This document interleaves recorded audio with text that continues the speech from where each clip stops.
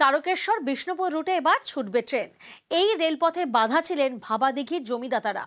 অবশেষে কাটলো জমি জটিলতা। 14 বছর পর বৃহস্পতিবার থেকে শুরু হলো রেল লাইন পাতার কাজ।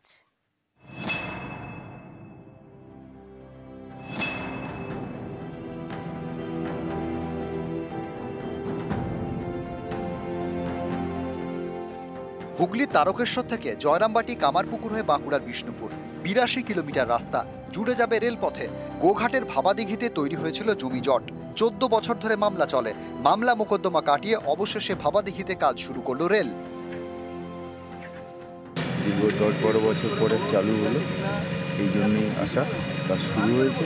মঙ্গলবার দিন শুরু হওয়ার কথা ছিল, কিন্তু কোনো কারণে হোক অর্ডার যেহেতু বেরোয়নি, শুরু করিনি। এখানে পুলিশ আরপিএফ দুটোই দুটো টিমই সহযোগিতা করছে। সেই সহযোগিতার মাধ্যমে আমরা কাজ শুরু করি। আশা করি এবার কন্টিনিউ থাকবে। 2000 সালে মমতা বন্দ্যোপাধ্যায় তখন রেলমন্ত্রী ঘোষণা করেন হুগলি তারকেশ্বর থেকে বাঁকুড়ার বিষ্ণুপুরের মধ্যে রেলপথ তৈরি করা হবে। 2006 সালে এই প্রকল্পের জন্য সার্ভে শুরু হয়। 2008 সালে জমি অধিগ্রহণ শুরু করে রেল। 2009 সালে কাজও শুরু হয়ে যায়। বাঁকুড়ার বড় গোপীনাথপুর থেকে জয়রামবাটি পর্যন্ত রেলপথ তৈরি হয়ে গিয়েছে। গোঘাট থেকে কামারপুকুরের মধ্যে ভাবাদিঘি 950 মিটার রেলপথ তৈরির কাজে বাধা হয়ে দাঁড়ান জমিদাতারা। তাদের দাবি ভাবাদিঘিতে মাছ চাষ হয়, সেচের কাজেও লাগে। এই দিঘির সঙ্গে রুটি রুজি জড়িয়ে দিঘি বুঝিয়ে রেল লাইন তৈরি করা যাবে না। এ নিয়ে 2011 সালে জল গড়ায় হাইকোর্টে। 14 বছর ধরে মামলা চলে। শেষমেশ গত 20 মার্চ কাজ শুরু করার নির্দেশ দেয় আদালত। তারপরেও জমিদাতারা কাজে বাধা দেন বলে অভিযোগ। সেই জটও কেটেছে। বৃহস্পতিবার থেকে শুরু রেল লাইন পাতার কাজ। তখনকার দিনে যারা তৃণমূল সরকারের এখানে দায়িত্বে ছিলেন, তারা রেলের যে মাপ নিয়ে যেতে সোজা না নিয়ে যেয়ে দিঘির উপর দিয়ে নিয়ে যায়। সেটাকে কেন্দ্র করে গ্রামবাসীর যে ক্ষোভ ছিল, সেই ক্ষোভের থেকে আজকে যে সমস্ত মানুষ সেটা বুঝেছে। এলাকাতে উন্নয়নের মূল্য কাজের জন্য রেলকে অবশ্যই সেখানে কাজ করতে দিতে হবে। তো মহামান্য আদালতের নির্দেশে যে কাজ শুরু হয়েছে, এতে আমরা খুব খুশি। প্রথমেই বাংলার মুখ্যমন্ত্রী মমতা ব্যানার্জিকে আমরা ধন্যবাদ জানাবো, কারণ বাংলার মুখ্যমন্ত্রী মমতা ব্যানার্জি যখন কেন্দ্রীয় রেলমন্ত্রী ছিলেন তখন উনি এই পথটা চালু করেছিলেন। এতগুলো তীর্থস্থান নিয়ে উনি এটাকে সংযোগ করেছিলেন। আমরা আরামবাগ মহকুমার মানুষ হিসাবে আমরা খুবই গর্বিত। রেলের কাজ যাতে দ্রুত সম্পন্ন করা যায়, সেই বিষয়টা দিয়ে অবশ্যই লক্ষ্য এবং নজর রয়েছে। গোঘাট থেকে শুভদীপ ঘোষ, নিউজ 18 বাংলা। নজর রাখবো আমরা হারোয়ার দিকে। সেখানে পানীয় জলের পাইপ বসাতে বাধা দেওয়া হচ্ছে। বাধা কারা দিচ্ছেন? সিপিআইএম এবং আইএসএফ এর বিরুদ্ধে এই অভিযোগ সামনে আসছে। বিরোধীদের সঙ্গে তৃণমূল কর্মীদের বচসা হয়, ধস্তাধস্তি হয়। বিদ্যাধরী ব্রিজের উপর পাইপের কাজে বাধার অভিযোগ।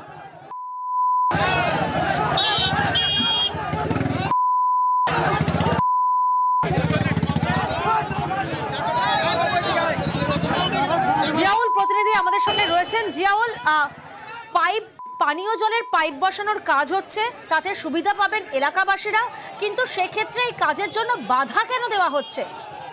দেখো, গঙ্গা অ্যাকশন প্ল্যান্টের পানীয় জলের অর্থাৎ পাইপ বসানো হচ্ছে বিদ্যাধরী নদীর উপরে যে ব্রিজ রয়েছে সেই তার উপর দিয়েই, কিন্তু এখানেই বাসে আছে। তো সরকারি কাজে বাধা দিচ্ছেন যে আইএসএফ এবং সিপিএম। সিপিএম এর যেটা অভিযোগ যে তারা যে অর্থাৎ যেখানে এই শিডিউল মেনে অর্থাৎ ব্রিজের নিচে দিয়ে কিন্তু এই পাইপ লাইনে বসানোর কাজ, কিন্তু সেই ঠিকাদার সংস্থা একেবারে পাইপ লাইন বসাচ্ছেন অর্থাৎ এই ব্রিজের উপর দিয়ে, ফলে সেখানে জায়গা ছোট হয়ে যাচ্ছে, জায়গা সংকোচ হয়ে যাচ্ছে, ফলে যাতায়াতের সমস্যা হবে। কিন্তু শিডিউল মেনে কেন তারা কাজ করছে না, এই নিয়েও কিন্তু একাধিকবার গন্ডগোল হয়েছে এবং এই নিয়ে একাধিকবার কাজ বন্ধ হয়েছে। গতকাল রাতেও কিন্তু সেখানে কাজ শুরুর সময় তখন আইএসএফ সিপিএম তারা কাজ বন্ধ করে দেয়। তাদের একটাই দাবি শিডিউল মেনে ব্রিজের নিচে দিয়ে কিন্তু এই হবে, কিন্তু সেখানে গিয়ে শাসক দল তৃণমূল কংগ্রেস গিয়ে তাদের উপরে হামলা করে। এই ঘটনায় দফায় দফায় উত্তেজনা ছড়ায়, মিছিল পাল্টা মিছিল। ইতিমধ্যেই এই যে সরকারি কাজ বন্ধ করার দাবিতে একেবারে তৃণমূল কংগ্রেস থানায় অভিযোগ দায়ের করে এবং যথেষ্ট উত্তেজনা ছড়ায় এবং এই ঘটনায় বেশ কয়েকজন আহত হয়। পরবর্তীকালে পুলিশ গিয়ে অবস্থা নিয়ন্ত্রণে। ধন্যবাদ।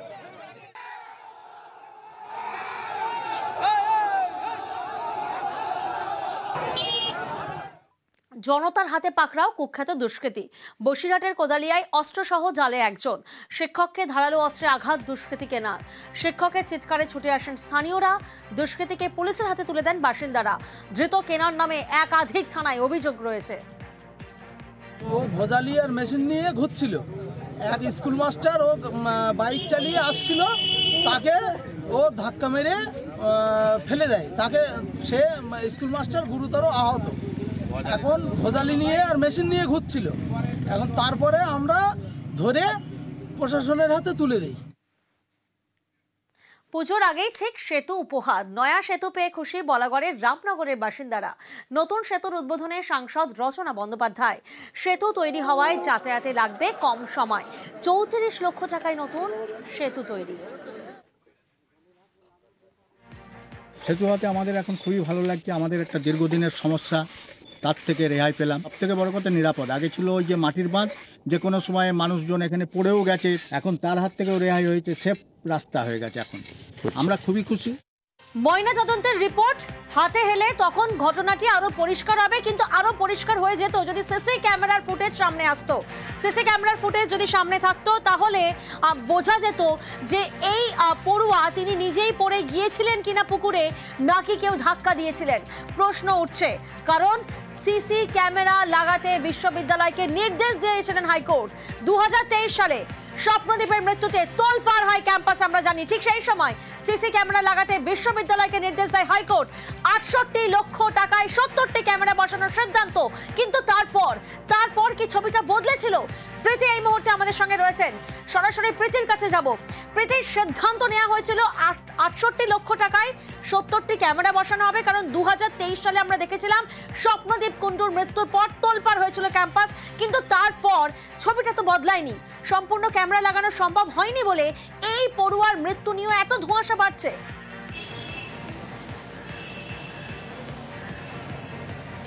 দেখো, যে পড়ুয়ার কথা তুমি বললে, তার মৃত্যুর পরে এই যে যাদবপুর বিশ্ববিদ্যালয়, সেই যাদবপুর বিশ্ববিদ্যালয়ে কেন সিসি ক্যামেরা দিয়ে মুড়ে ফেলা হচ্ছে না সেই নিয়ে তর্ক বিতর্ক হয়েছে, এবং সেই সিসি ক্যামেরা লাগানো হচ্ছে না কেন সেই নিয়েও রাজনীতির রং লেগেছে। এক এক পক্ষ এক এক রকম তাদের বক্তব্য রেখেছেন। তারপরেও কিন্তু যাদবপুর বিশ্ববিদ্যালয় চত্বরের যে ভিতর, তা কিন্তু সিসি ক্যামেরা দিয়ে মুড়ে ফেলা হয়নি। তবে খুব রিসেন্টলি হাইকোর্ট একটি পর্যবেক্ষণে বলছে যে বিশ্ববিদ্যালয় কর্তৃপক্ষকে রাজ্য সরকারের সঙ্গে বৈঠকে বসতে হবে। প্রয়োজনে রাজ্য সরকার সেই টাকা প্রোভাইড করবে বিশ্ববিদ্যালয় কর্তৃপক্ষকে, তবে সিসি ক্যামেরায় মুড়ে ফেলতে হবে। এবং বিশ্ববিদ্যালয় কর্তৃপক্ষের তরফেও একটি বৈঠক করা হয়। সেই বৈঠক থেকে একটা সিদ্ধান্ত নেওয়া হয় যে 70টি ক্যামেরা লাগানো হবে, যার জন্য 68 লক্ষ টাকা খরচ বা ব্যয় হবে। তারপরও রাজ্য সরকারের সঙ্গে যে বৈঠক বিশ্ববিদ্যালয় কর্তৃপক্ষের, তা কিন্তু বাস্তবে তার বাস্তবায়িত হয়নি, এবং স্বাভাবিকভাবেই বাস্তবায়িত হয়নি বলে এখনো পর্যন্ত বিশ্ববিদ্যালয় যে ভিতর রয়েছে, বিশ্ববিদ্যালয়ের যে অন্দর রয়েছে, তার কিন্তু বিভিন্ন প্রান্তে সিসি ক্যামেরা নেই।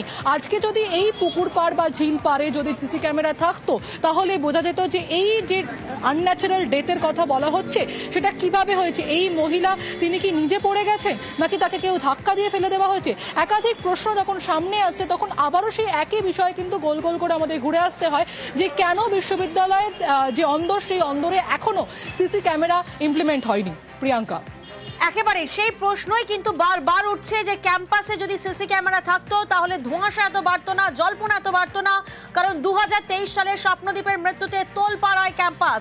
সিসি ক্যামেরা লাগাতে বিশ্ববিদ্যালয়কে নির্দেশ দেওয়া হয়, কিন্তু তারপরও সম্পূর্ণ ক্যামেরা লাগানো সম্ভব হয়নি। ক্যাম্পাসে সিসি ক্যামেরা বসানো নিয়ে বারবার বাধার মুখে পড়তে হয়েছে কর্তৃপক্ষকে। প্রাক্তন উপাচার্য অভিজিৎ চক্রবর্তী এবং সুরঞ্জন দাসকে বাধার মুখে পড়তে হয়েছিল।